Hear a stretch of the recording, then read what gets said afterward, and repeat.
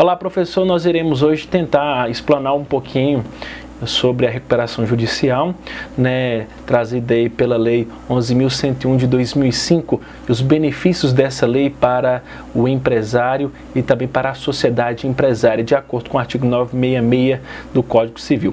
Bom, na verdade, o objetivo da recuperação judicial dentro de um âmbito histórico, de um âmbito da nossa atual sociedade, é justamente propiciar para que o empresário, para que a sociedade empresária tenha forças para recuperar sua situação econômica e financeira, trazendo por aí também um benefício social, uma segurança para a força de trabalho, para que não se perca tanto assim os trabalhadores. Bom, e também se satisfaça os credores, que também não adianta falar de recuperação judicial, se também não falar também no pagamento dos credores. Bom, vamos lá. Mas o primeiro critério que nós iremos abordar aqui é quem pode requerer a recuperação judicial. Ora, o empresário que exerça regularmente aí atividade há mais de 2 anos, que atenda os seguintes requisitos cumulativamente. Bom, vamos destacar cumulativamente. Vamos lá. Ele não pode ser falido, não ter há menos de 5 anos concessão de recuperação judicial, não ter há menos de 8 anos aí a concessão de recuperação judicial com base no plano especial, que é aquele concedido, gente, para micro e pequenas empresas. Também não ter sido condenado e não ter como administrador ou sócio controlador pessoa condenada por qualquer crime previsto na Lei 11.111 de 2005, que é a lei da falência. Muito bem, a recuperação também pode ser requerida pelo cônjuge sobrevivente, também pelos herdeiros do devedor, também por inventariantes ou sócios remanescentes. Bom, e os créditos sujeitos à recuperação judicial? Estão sujeitos aí à recuperação todos os créditos existentes até a data do pedido e ainda não vencidos. Todos aqueles que se tornarem credores da empresa em crise no dia seguinte ao do pedido não poderão integrar o plano de recuperação judicial. Muito bem? Vamos aqui traçar. Olha, dia do pedido é este dia aqui. Então, anteriormente, todos os credores anteriores vão fazer parte do plano. Um dia depois do pedido, não farão parte do plano de recuperação judicial. Beleza? Muito bem. Ressalta-se, diferentemente no que ocorre na falência, em que há previsão legal da ordem de pagamento dos créditos na recuperação de créditos serão pagos conforme disposto no plano de recuperação aprovado pelos credores. Muito bem. Quais são os meios de recuperação judicial? Bom, gente, os meios de recuperação judicial está lá no artigo 50 da Lei 11.101 de 2005. No artigo 50 fala aí da possibilidade dos meios de recuperação judicial. Também tem outros meios de recuperação judicial, Entendendo rapidamente o processo de recuperação judicial. Muito bem. Primeiramente, o empresário encaminha ao juiz o pedido de recuperação judicial, o qual deve conter, além da demonstração contábil relativa aos 3 últimos anos da empresa, balanço patrimonial e relação completa dos credores. Ótimo! Balanço patrimonial, relação completa dos credores e demonstrativo dos 3 últimos anos da demonstração contábil da empresa. Beleza. Segundo passo. Deferido o pedido, importante, deferido o pedido de recuperação pelo juiz, este nomeará um administrador judicial, como também publicará edital com a relação dos credores apresentados pelo devedor. Muito bem, a partir da publicação do edital, alguns prazos começarão a correr. Que prazos são esses? 60 dias para o devedor apresentar o plano de recuperação, discriminando os meios de recuperação também a serem empregados, a viabilidade econômica da empresa, também bem como o laudo econômico, financeiro e de avaliação dos bens ativos do devedor, subscrito por profissional legalmente habilitado ou empresa especializada. Muito bem. Olha só, esse é a questão de 60 dias aí. Com relação ao prazo de 15 dias, os credores habilitarem-se para os seus créditos. Então, os credores devem habilitar-se para os créditos. Beleza, terceiro passo. Apresentar o plano de recuperação aos credores. Estes terão prazo de 30 dias para apresentarem objeções. em havendo contestação, o juiz deverá convocar a Assembleia Geral dos Credores para deliberar sobre o plano. Muito bem. Havendo, no caso aí, a negativa de um dos credores, umzinho dos credores, balbal. É falência na certa. Beleza? Apresentado, então, o plano de recuperação dos credores. Terão o prazo de 30 dias para apresentar objeções. Havendo contestação, o juiz deverá convocar a Assembleia Geral dos Credores para deliberar sobre o plano, né? Um não concordou, não? Recuperação judicial não dará certo. Beleza? Vamos supor agora que houve aprovação pela Assembleia Geral e transcritos o prazo de 30 dias sem apresentação de objeções ao plano por qualquer credor.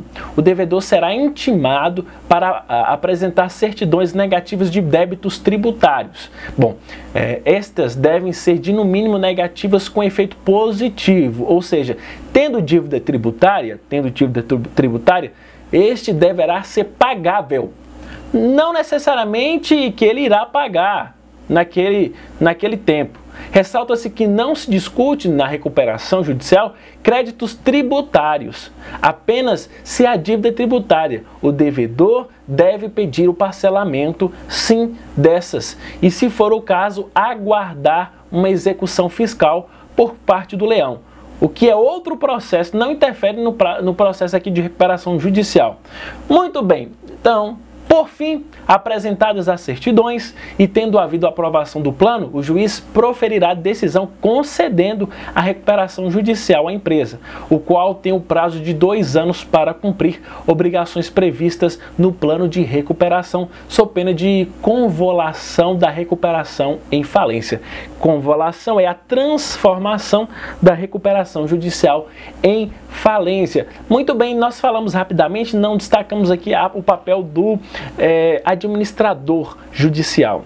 Bom, o administrador da recuperação, o administrador judicial, durante o procedimento da recuperação judicial, o devedor e seus administradores serão mantidos na condução das atividades empresariais sob fiscalização do administrador judicial. Bom, o empresário, a sociedade empresária continuará na frente durante a recuperação judicial, mas os olhos atentos do administrador judicial estarão juntamente com o pessoal, beleza? O administrador judicial é nomeado pelo juiz para fiscalizar o cumprimento do plano de recuperação judicial.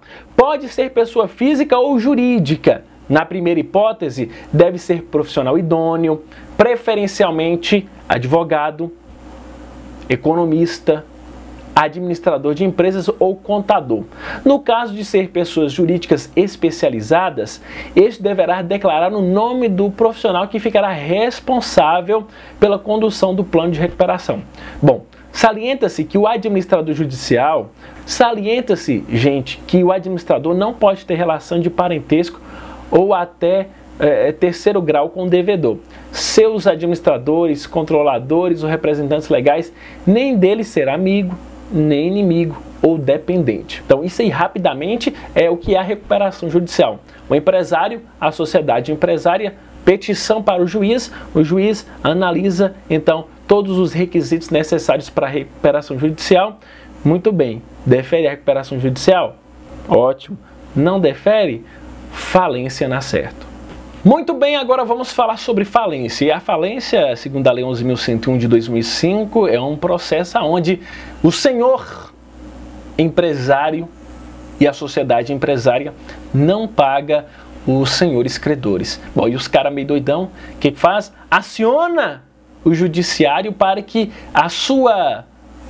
o seu crédito seja líquido, né? O seu crédito seja de fato cumprido, entendendo então o Instituto da Falência, segundo a Lei 11.101 de 2005, a falência pode ser requerida por qualquer credor, sucessor do devedor, coletista ou acionista, ou pelo próprio devedor que, em crise econômica financeira, julgue não atender os requisitos para pleitear a recuperação judicial, que eu já tinha falado disso.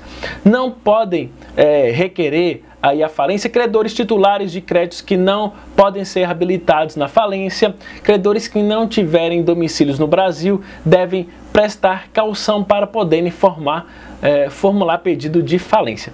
Muito bem, uma vez aí requerida a falência, o devedor poderá evitar a declaração caso efetue no prazo da defesa depósito correspondente ao valor total do crédito que fundamentou o pedido, acrescido de correção monetária, juros, honorários advocatícios, custas e despesas processuais. A decretação da falência também poderá ser evitada se, dentro do prazo de contestação, o devedor pleitear a recuperação judicial. A falência também não será decretada se a defesa, ainda que desacompanhada de depósito elisivo, for acolhida. Mas a questão é o seguinte, vamos pensar aqui, o cara, tem o crédito, o cara não paga o crédito. Você acha que ele vai pagar aí o valor? Você acha? Vai depositar em juízo esse valor doido aí? Olha só para você ver, os valores dos créditos, correção monetária, juros, advogado tem que pagar. Não vai, gente, não vai, é direto falência mesmo. O negócio é para falência. Muito bem, gente, uma vez decretada a falência, quaisquer ações ou execuções instituídas separadamente pelos credores contra o devedor serão suspensas, devendo os credores habilitarem seus créditos na falência, à exceção das ações de natureza trabalhistas em curso perante a Justiça do Trabalho e das que envolvem quantias ilíquidas, cujas importâncias estimadas poderão ser reservadas no processo de falência, até que seja conhecido o líquido, o dinheiro e o direito pleiteado. Muito bem, contratos bilaterais previamente celebrados pelo falido não se resolvem com a falência, mas somente poderão continuar-se a ser executados a critério do administrador judicial, se for do interesse da massa falida e mediante autorização do comitê de credores, havendo regras específicas para determinadas relações contratuais. Muito bem. Contratos unilaterais, poderão ser cumpridos pelo administrador judicial, também mediante autorização do comitê. Bom, gente, com relação a isso, se reduzirem ou evitarem o aumento do passivo da massa falida ou forem necessárias a manutenção e a preservação dos seus ativos. Bom, a arrecadação e a avaliação dos bens da massa devem ser feitas em ato contínuo, a assinatura do termo de compromisso pelo administrador judicial. A realização dos ativos deve ser feita de forma rápida e prioritariamente em bloco.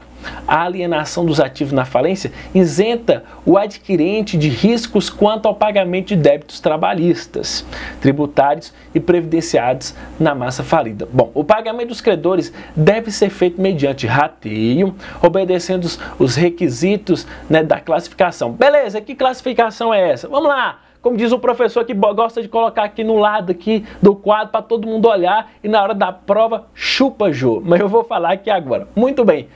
Créditos derivados da legislação trabalhistas, limitados a 150 salários mínimos por credor e os decorrentes de acidentes de trabalho. Muito bem, créditos com garantia real ou até o limite do bem gravado.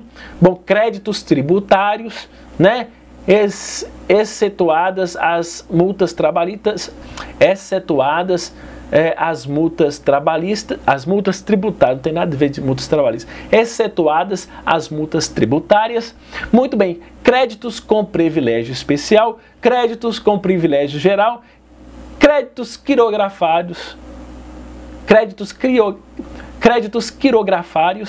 multas contratuais e as penas pecuniárias por infração da lei penal ou administrativas, inclusive as tributárias e créditos subordinados. Bom, o administrador judicial deverá elaborar relatório das causas e circunstâncias que levarem à decretação da falência do devedor, no qual apontará eventual responsabilidade civil ou penal decorrente dos atos praticados pelo senhor praticados pelo devedor e seus administradores. Bom, esse daí foi então um resuminho a respeito da falência, a respeito da recuperação judicial.